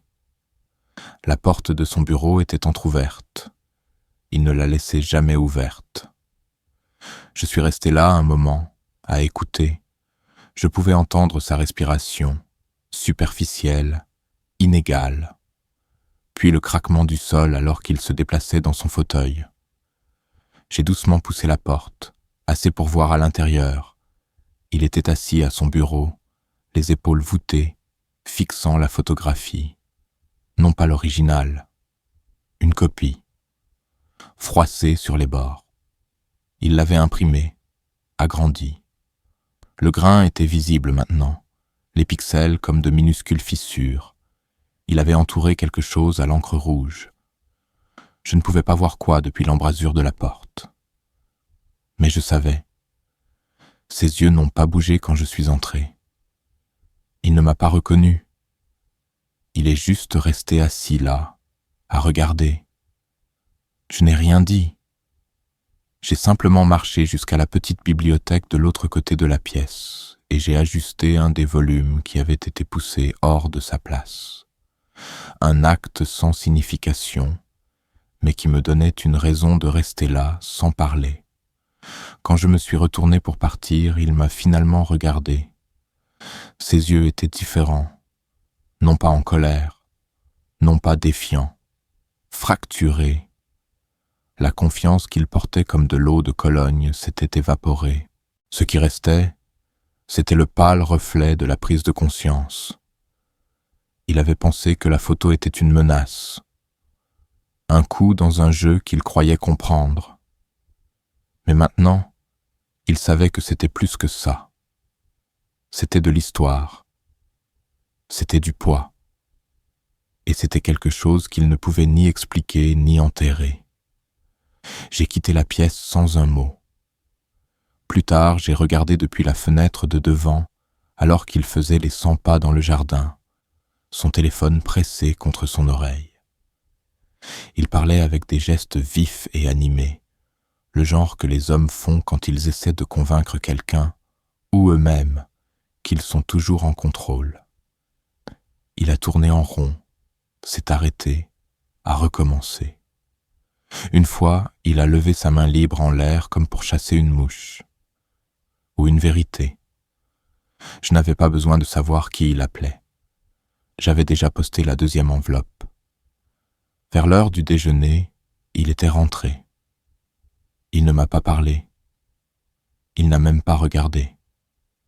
Il est allé directement dans le garage et y est resté pendant presque 1 heure, faisant semblant de réarranger des outils, ouvrant et fermant des tiroirs qui ne contenaient que des clous rouillés et des cordons emmêlés. Janine est rentrée et l'a trouvé assis à la table de la cuisine. Elle a demandé s'il allait bien. Il a dit oui, mais le mensonge a atterri comme une pierre dans un étang, des ondulations se propageant dans toutes les directions. Elle m'a regardé, et j'ai su qu'elle l'avait vu aussi. Le changement, l'affaissement de ses épaules, le creux dans sa voix, Cette nuit-là, je les ai entendus se disputer. Ils ont gardé leur voix basse, mais la maison a une façon d'amplifier ce qu'elle veut que vous entendiez. J'ai attrapé des fragments, des mots comme confiance et pourquoi et à quoi tu pensais. Son ton n'était pas fort, mais il était clair. Ses réponses étaient sèches, défensives. Et puis le silence, le genre de silence qui suit les dégâts, le genre que vous ne pouvez pas réparer avec des fleurs ou des excuses. Je me suis assis dans le noir de ma chambre et j'ai attendu. Finalement, j'ai entendu le léger coup. Janine. Elle se tenait dans l'embrasure de la porte, les bras étroitement croisés sur sa poitrine, non pas pour se protéger, mais pour s'empêcher de trembler. Elle a demandé si elle pouvait s'asseoir. J'ai hoché la tête. Elle n'a pas posé de questions directement. Elle n'en avait pas besoin. Elle a parlé en généralité silencieuse, de confusion, de secret, du sentiment que quelque chose se passait depuis plus longtemps qu'elle ne le réalisait. J'ai écouté. Je l'ai laissé parler. Quand elle a fini, j'ai ouvert le tiroir à côté de moi et je lui ai tendu une enveloppe différente. Non pas la photo, non pas les documents, juste une lettre. Une simple lettre que j'avais écrite il y a des années. Un compte personnel. Ma vérité. Non destinée aux tribunaux ou aux gros titres. Destinée à elle. Au cas où le jour viendrait où elle en aurait besoin. Elle l'a tenue sur ses genoux comme si elle était plus lourde que du papier. Elle ne l'a pas ouverte alors. Elle est restée assise là un moment, puis s'est levée et a quitté la pièce. La porte s'est refermée derrière elle, et le silence qui a suivi n'était pas vide. C'était le son de la certitude qui se brise. Non pas la mienne, la sienne. La photographie n'était jamais censée survivre aussi longtemps, non pas physiquement, et certainement pas en signification. Elle avait été prise sur un coup de tête, capturée dans un moment ni planifié ni significatif à l'époque. Mais les moments ont une étrange façon de fermenter en silence. Ils prennent du poids avec l'âge, comme des pierres laissées dans l'eau. Finalement, ils coulent au fond de tout, attendant que le courant les dérange. J'ai passé cette matinée assis au bout de la table de la salle à manger, seul. Une tasse de café à peine chaude était devant moi. Je ne l'ai pas bu. Je finissais rarement mon café maintenant. C'était plus un rituel qu'une nécessité, un signal à la maison que j'étais toujours là. J'ai regardé par la fenêtre, observant un écureuil enterrer quelque chose dans le parterre de fleurs. J'ai envié sa simplicité, creusé, caché, oublié. De l'autre côté de la pièce, Michael se déplaçait comme un homme sous observation. Il était devenu prudent, non pas parce qu'il me respectait, mais parce qu'il ne faisait plus confiance à ce que je pouvais faire. La photographie l'avait changé. Non seulement l'image, mais ce qu'elle représentait, que moi, l'homme qu'il considérait comme sans importance, détenait la seule chose qu'il n'avait pas, l'histoire. La deuxième enveloppe avait atteint son destinataire. Je le savais non pas parce que j'avais reçu un appel, mais parce que Michael en avait reçu un. J'ai entendu la conversation. Je n'écoutais pas aux portes. Il n'était pas silencieux. Il était allé dans le garage pour prendre l'appel, oubliant que la porte intérieure était gonflée par l'humidité et ne fermait plus correctement. Sa voix a traversé le courant d'air sous le cadre. Non pas les mots, le ton, panique, étouffé sous la politesse. Je l'ai reconnu. Je l'avais utilisé moi-même une fois, il y a des décennies, quand je pensais pouvoir me sortir d'un désastre en ayant l'air calme. Quand il est rentré, son visage avait changé. La couleur, la crispation de sa mâchoire, la légère tension autour de sa bouche. Il a essayé de passer devant moi sans contact visuel, mais j'ai levé les yeux et je l'ai attrapé en plein vol. Il s'est arrêté. Je n'ai pas scié. Il n'a pas demandé ce que j'avais fait. Il n'en avait pas besoin. Il savait que la photographie était hors de son contrôle maintenant. Cette nuit-là, Janine a préparé un repas qu'elle n'avait pas fait depuis des années. Du poulet parmesan, d'une vieille recette de famille que sa mère préparait pour les occasions spéciales. C'était sa façon d'essayer d'ancrer la soirée. Je pouvais voir l'effort dans ses mouvements, la manière précise dont elle disposait les couverts, les serviettes fraîches pliées à chaque place. Mais l'effort n'efface pas la tension. Il ne fait que la décorer. Michael était assis raidement à table, mangeant lentement. Il mâchait plus longtemps que nécessaire, comme si chaque bouchée pouvait lui faire gagner du temps. Janine a parlé aux enfants, leur a demandé leur journée, a souri trop vivement. Je n'ai pas parlé. Je n'en avais pas besoin. Après le dîner, elle a demandé à Michael de l'aider à débarrasser. Il a hésité un instant de trop, puis s'est levé et l'a suivi dans la cuisine. Je suis resté assis, écoutant le cliquetis des assiettes et le bourdonnement du lave-vaisselle qui se chargeait. Leur conversation était basse, ponctuée de longs silences. Plus tard cette nuit-là, j'ai trouvé Michael dans le bureau. Il était assis dans le noir, seule la lumière de l'écran d'ordinateur éclairant son visage. La photographie était de nouveau ouverte. Il l'avait scannée, zoomée, examinée sous tous les angles. Je suis entré dans l'embrasure de la porte, mon ombre s'étirant sur le sol.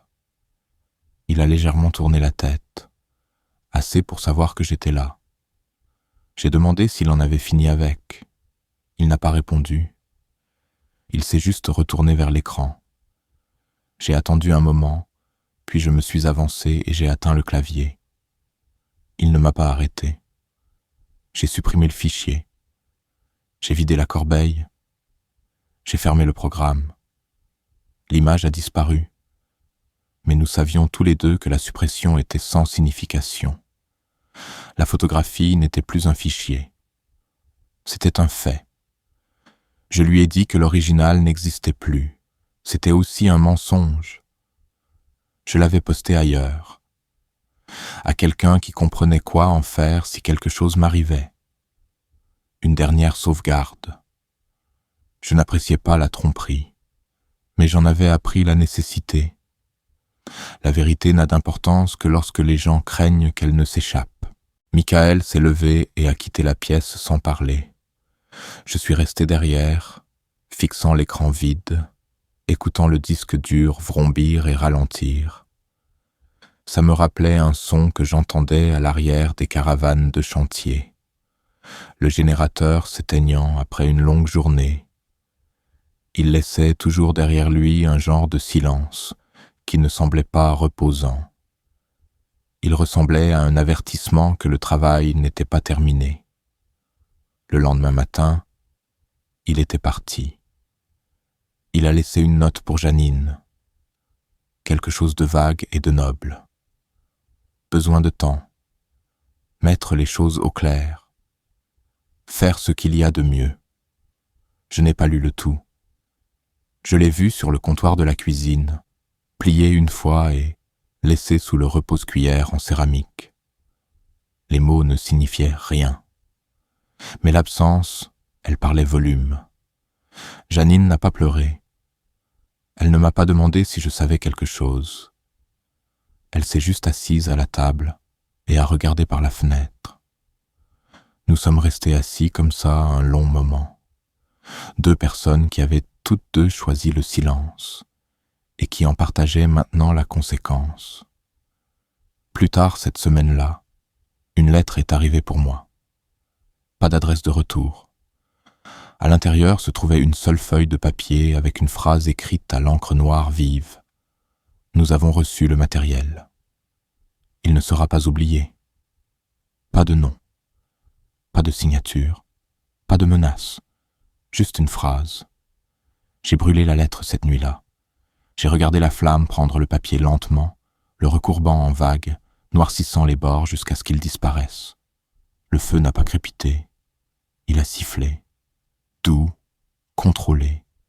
Je suis resté là jusqu'à ce que la dernière braise meure. La photographie avait trouvé sa place. Non pas dans un tiroir, non pas dans un dossier. En mouvement. Et une fois que la vérité commence à bouger, on ne sait jamais où elle s'arrêtera. Il n'y a pas eu d'annonce. Pas de confrontation finale. Pas de dispute dans le couloir, ni d'excuses larmoyantes à la table de la cuisine. Quand le jugement est tombé, il est venu sans un bruit. Il s'est glissé dans les pièces comme de la fumée et s'est installé sur la maison, jusqu'à ce que l'air soit lourd de ce qui s'était déjà passé. Il n'a pas rugi. Il n'a pas secoué les murs. Il est simplement arrivé. Dans les jours qui ont suivi le départ de Michael, la maison a changé. Non pas visiblement, rien de dramatique ou d'extérieur, mais dans le ton. La tension qui avait un jour vécu dans les coins et derrière les portes closes s'est dissoute. Même les planchers ont grincé différemment. L'enceinte intelligente de la cuisine est restée débranchée. Le bureau est resté fermé. Janine marchait plus lentement, non pas par défaite, par soulagement. Ses épaules ne se courbaient plus vers l'intérieur. Elle a de nouveau préparé le petit déjeuner, un vrai petit déjeuner. Des œufs, du pain grillé, du café qui n'avait pas le goût d'avoir été préparé à la hâte. Les enfants ont d'abord posé des questions sur lui, avec précaution, tâtant le terrain avec des questions à moitié formées. Janine a répondu doucement mais brièvement, assez pour les satisfaire pour le moment. Mais ils étaient intelligents, plus intelligents que les adultes ne le leur accordaient. Ils savaient que quelque chose avait changé. Ils ne savaient juste pas comment l'appeler. J'ai passé plus de temps dans le jardin. La terrasse arrière, un endroit que je ne faisais que traverser, est devenu mon nouveau lieu de repos. J'ai regardé le vent bouger dans les arbres. J'ai écouté les oiseaux picorer les mangeoires. Le soleil arrivait plus tôt maintenant. Le printemps s'installait avec détermination, et le froid qui s'était attardé dans le sol relâchait enfin son emprise. L'enveloppe que j'avais envoyée, ma dernière sauvegarde, avait fait son travail. Je n'ai jamais eu de nouvelles de l'homme qui l'a reçue. Je ne m'y attendais pas. Ce genre de silence était son propre langage, le genre partagé par des hommes qui avaient un jour vécu sous des plafonds soutenus par des secrets. Ils savaient ce que signifiait recevoir un fantôme par la poste. Ils comprenaient que certains messages n'étaient pas des demandes. C'étaient des rappels. Je n'avais jamais prévu d'utiliser la photographie pour détruire qui que ce soit. Pas vraiment. Je n'avais pas besoin de destruction. J'avais besoin de distance. J'avais besoin d'espace par rapport à l'homme qui avait tenté de démanteler ma présence, tout en souriant à ma fille de l'autre côté de la table. Et j'avais besoin qu'elle le voie clairement. Non pas à travers la colère ou la trahison, mais à travers la compréhension, à travers le temps. Janine ne m'a jamais demandé ce que j'avais fait. Peut-être qu'elle le savait.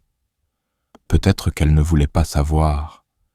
Peut-être que le calme qui a suivi son absence était une réponse suffisante. Une nuit, elle m'a apporté une couverture alors que j'étais assis dehors et l'a posée sur mes jambes, sans un mot.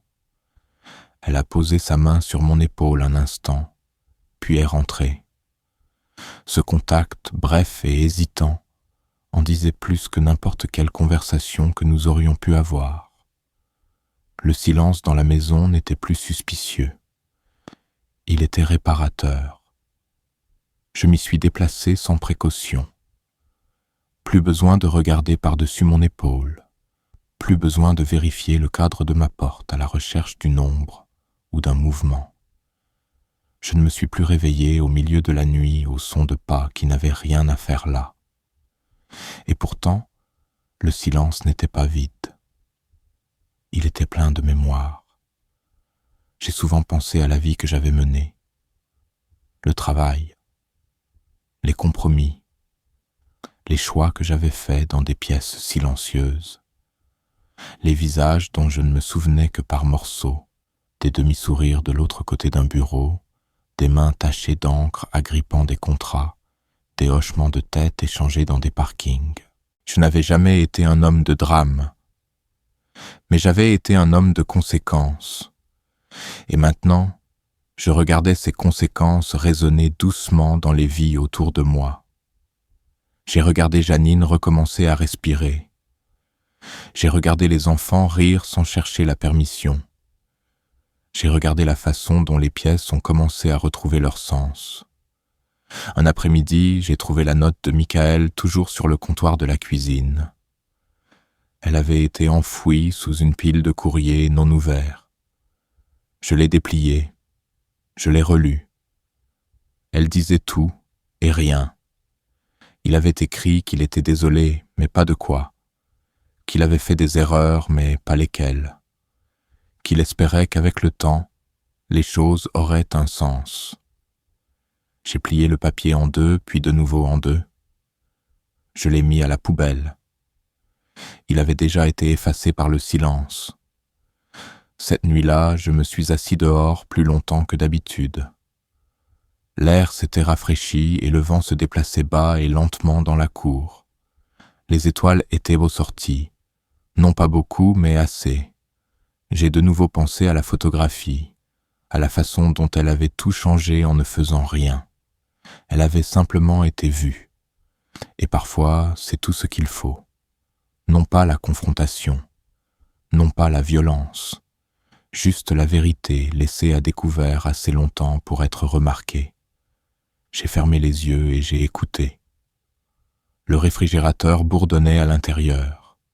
Un chien a aboyé quelque part dans la rue.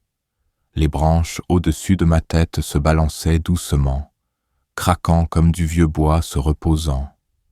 Et j'ai su, avec l'immobilité profonde qui ne vient qu'au bout d'une longue route, que c'était à ça que ressemblait la justice pour des hommes comme moi. Non pas des tribunaux, non pas de la vengeance, non pas des gros titres. Juste le départ lent et délibéré de ceux qui pensaient que vous étiez déjà partis, et le calme qui suit. C'était mon silence, et c'était suffisant.